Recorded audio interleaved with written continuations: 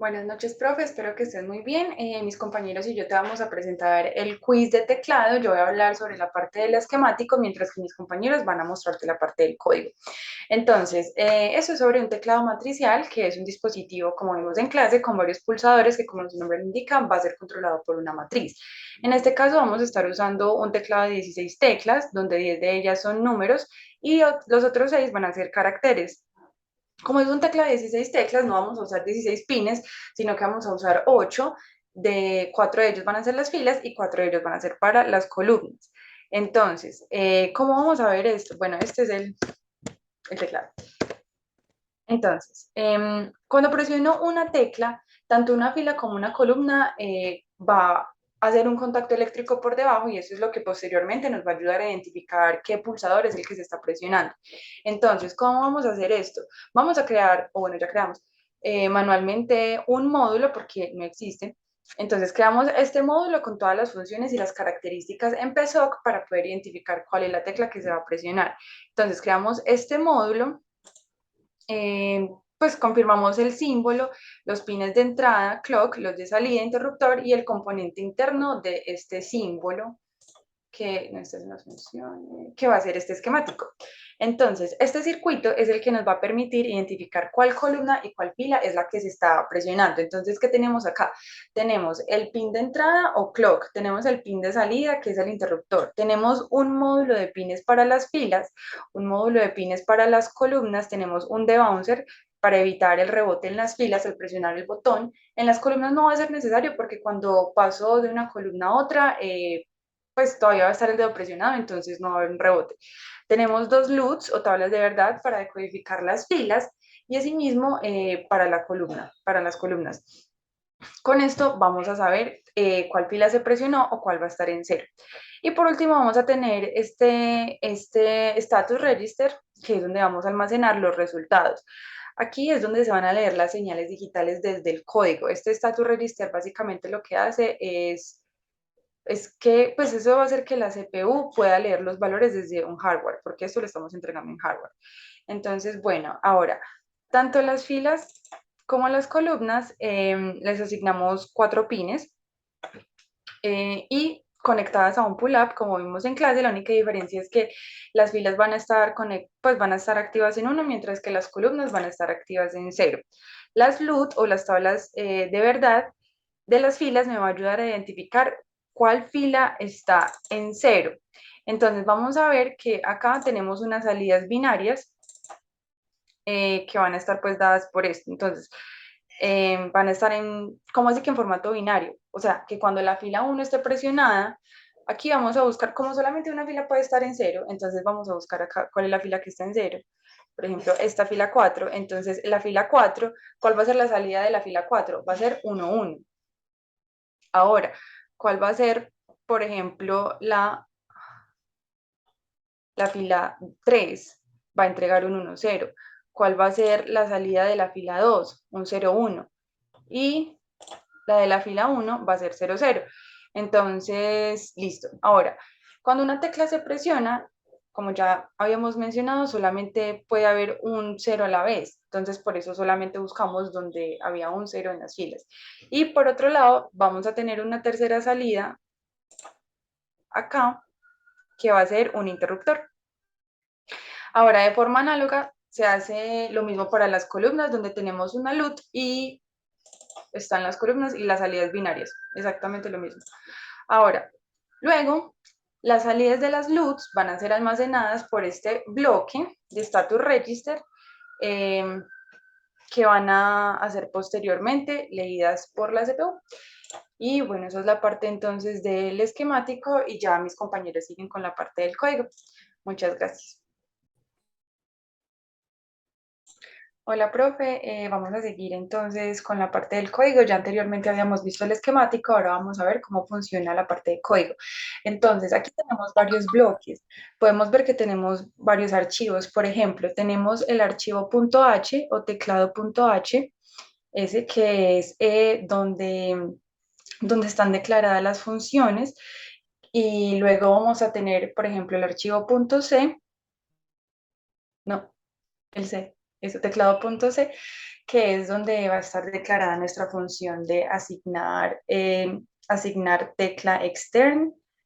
Ahí está, como lo vimos en clase. Y bueno, luego tenemos donde lo primero que hicimos en la parte superior, pues fue declarar las variables como enteros sin signo y de 8 bits, porque en cuanto a números tenemos que van del 0 al 9 y la tecla la hicimos basándonos en lo que nos retornaba la función botón, que es de este mismo tipo.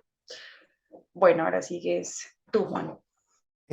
Bueno, con respecto al código, nosotros llamamos la función teclado interruptor, en la cual básicamente a medida que nosotros oprimamos un botón en el teclado matricial, pueda guardar el documento.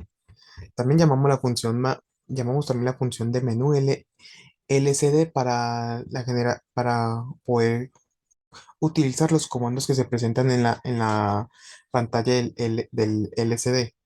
Aquí se puede observar también lo que es la matriz que vamos a utilizar para este trabajo y también la estructura.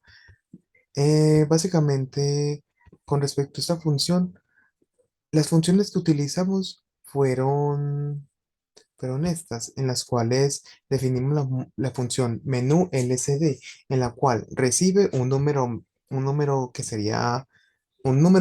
que sería en la variable de menú.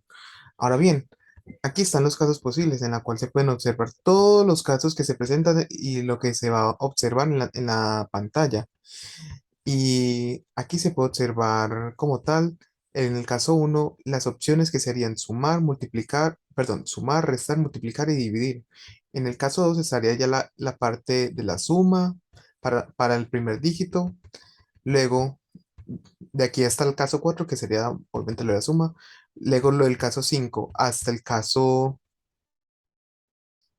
7 que sería con respecto a la resta.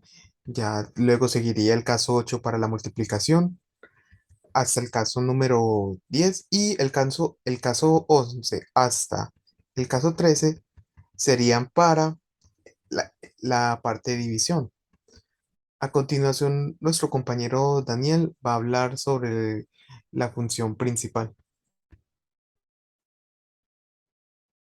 Hola, ahora hablemos un poco acerca de nuestro foro infinito.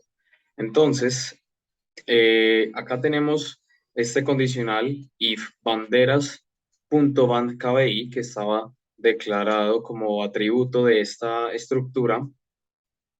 Es verdadero, es decir, es diferente de cero, entonces, bueno, se va a reiniciar esta bandera en cero y a la variable tecla, se le va a asignar, pues valga la redundancia, una tecla del teclado, ¿cierto? Con esta función de asignar tecla extern que está acá en nuestro punto C del teclado.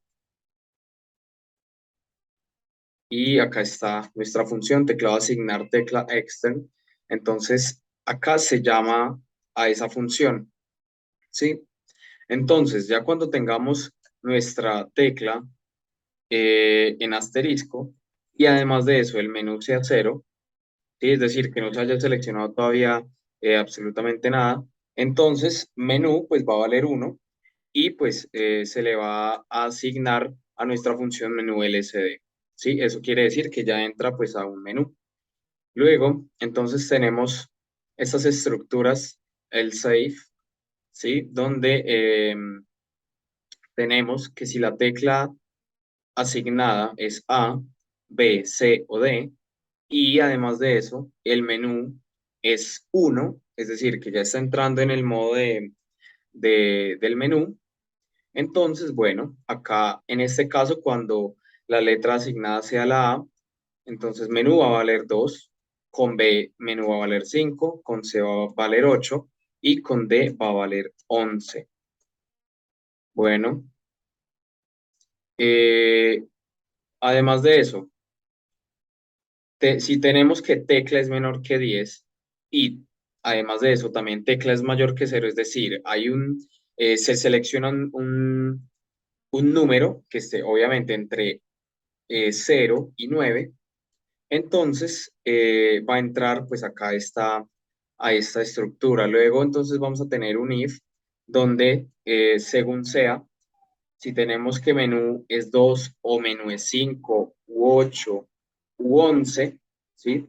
Entonces va a seleccionar, pues va a decir que eso, o que se va a asignar al primer número la tecla presionada.